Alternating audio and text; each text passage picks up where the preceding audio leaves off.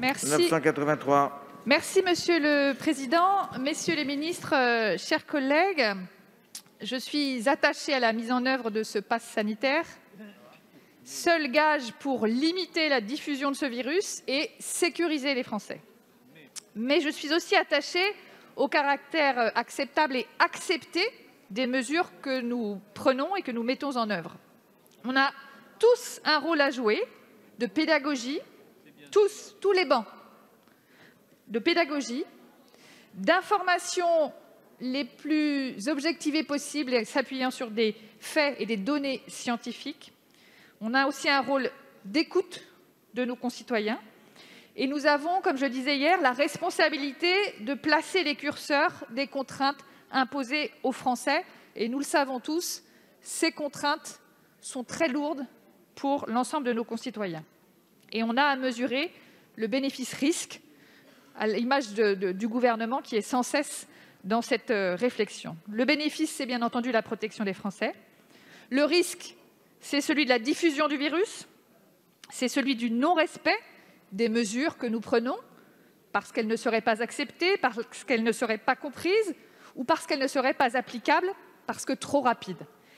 Cet amendement, et j'en ai plusieurs, vise à trouver et à donner de la souplesse aux mesures, et notamment sur les rassemblements, enfin sur les lieux de restauration, les lieux de loisirs ou les foires en extérieur. Et je crois que ça permettrait aux Français d'entrer pleinement, bien entendu, dans ces nouvelles contraintes avec ce pass sanitaire, puisque le virus est là, le virus Delta est là, et il faut être solide, je pense, dans les mesures à prendre, mais qui donne justement cette souplesse qui rend plus accepté et acceptable l'ensemble de ces mesures. Monsieur le Président, Mesdames et Messieurs les députés, excusez-moi, je ne vais pas parler très fort. C'est totalement légitime le débat que vous avez. Et on peut se poser la question, factuellement, on peut comprendre qu'on demande un pass sanitaire à l'intérieur d'un restaurant. Et pourquoi est-ce qu'on demande un pass sanitaire pour s'asseoir en terrasse, quand c'est pour boire un coup, manger une glace? Est-ce que franchement, au-delà de la question de savoir si c'est réaliste, Cédrico vous a parfaitement répondu, est-ce que ça se justifie? C'est la question finalement que vous posez. Parce que si vous considérez que ça se justifiait, vous ne poseriez pas la question de savoir si c'est compliqué à faire respecter ou non. Vous vous diriez, il n'y a pas le choix, il faut qu'on le fasse. Moi, je vais vous expliquer pourquoi je considère que c'est justifié de demander un pass sanitaire, y compris en terrasse. D'abord, je vous rappelle que nous demandons un pass sanitaire pour rentrer dans une enceinte sportive. Nous demandons un pass sanitaire pour aller dans un festival de musique. J'en ai fait, vous en avez peut-être fait, et ça se passe très bien. Nous demandons un pass sanitaire quand vous rentrez dans un parc à thème, où il y a des dizaines, des centaines ou des milliers de personnes qui sont en extérieur. Moi, je veux vous dire une chose. Je ne sais pas expliquer demain aux organisateurs de festivals, de compétitions sportives extérieures ou aux personnes qui tiennent des parcs de loisirs, par exemple, pour ne citer que, pourquoi à eux, on demande qu'ils mettent en place un pass sanitaire, vu que c'est à l'extérieur, alors qu'on ne le demande pas à des restaurateurs et à des bars, alors que les gens sont sans masque à l'extérieur. Vous êtes en train de créer une distorsion dans le droit qui fait que je pense même que juridiquement, le pass sanitaire en extérieur, dans sa globalité, serait considéré comme trop fragile, et donc on pourrait perdre l'outil pass sanitaire pour tous les événements extérieurs. Je le redis, pour tous les événements extérieurs. Deuxième argument. Est-ce qu'on peut se contaminer dehors avec le Covid? Vous savez qu'habituellement, on le disait d'ailleurs, il y a peu de contamination en extérieur. Le variant Delta, mesdames et messieurs les députés, je comprends que ça puisse vous désarçonner, et je reconnais volontiers que ça peut désarçonner aussi le gouvernement, puisque ça désarçonne aussi l'ensemble des pays dans le monde qui font face à ce variant. Une étude qui est parue ce matin dans la revue internationale Nature, qui n'est pas considérée comme la dernière des revues, puisque c'est la première revue scientifique au monde, atteste d'une contagiosité extrêmement accrue avec le variant Delta en toutes circonstances, avec une charge virale augmentée de 10 puissance 3. De 10 puissance 3. C'est-à-dire que lorsque vous êtes contaminé, vous, pardon pour l'expression, vous crachez du virus à tout va.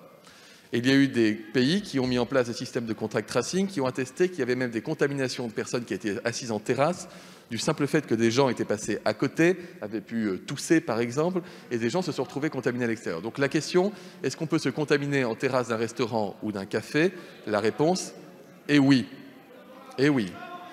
Ce qui veut dire que on reste dans la même logique du pass sanitaire. C'est pas le... Pardon, je on écoute le ministre, mes chers collègues, on écoute le ministre. Ce qui veut dire qu'on est dans une logique qui n'est pas le pass sanitaire ou rien, mais qui est dans une logique du pass sanitaire ou de la fermeture. C'est-à-dire que si nous n'avons pas d'outils juridiques conférés par la loi, que vous ne nous donnez pas la possibilité de mettre en place le pass sanitaire en extérieur, si nous constatons qu'effectivement, tout ce qu'on voit à l'étranger, tout ce que nous disent les scientifiques est vrai, à savoir qu'on se contamine aussi en terrasse, alors nous n'aurons pas d'autre possibilité que de fermer à nouveau les terrasses. Et ce n'est pas ce que vous voulez, et ce n'est pas ce que nous voulons.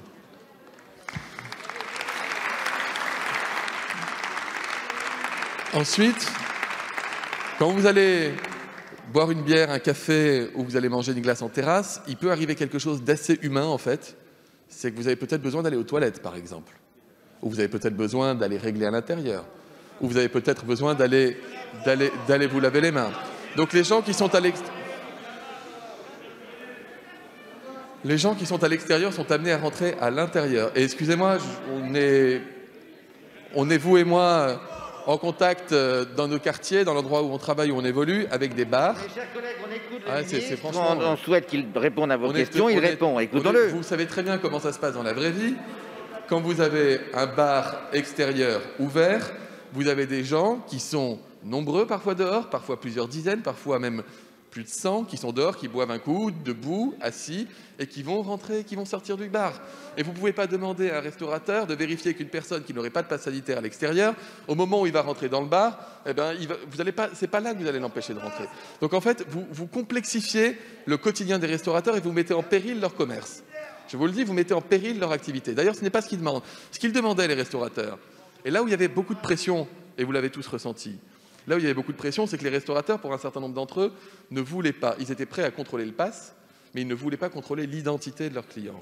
L'annonce par le Premier ministre hier, aux 13h, qu'il n'y aurait pas de contrôle de l'identité des clients dans les cafés et les restaurants par les restaurateurs, a fait baisser la pression. Pour moi, le sujet, désormais, est derrière nous. La question n'était pas le pass en terrasse, c'était qui contrôle l'identité. Et enfin, dernier point, j'en arrêterai là. Il y a des bars et des restaurants qui ont des terrasses, et il y en a d'autres qui n'en ont pas. Ça veut dire qu'on va mettre en place un système où vous aurez des bars et des restaurants qui devront, et ce n'est pas très égalitaire, qui devront contrôler le pass sanitaire, et d'autres... Mes chers collègues, on écoute. J'aimerais que vous soyez aussi énervés quand vous voyez le virus monter que quand on essaye de le freiner, mesdames et messieurs les députés. J'aimerais le même engagement pour nous aider à prendre des mesures pour protéger les Français, les mêmes vociférations que celles que vous faites aujourd'hui. Je constate que la seule chose qui vous énerve, c'est quand on essaie de freiner le virus.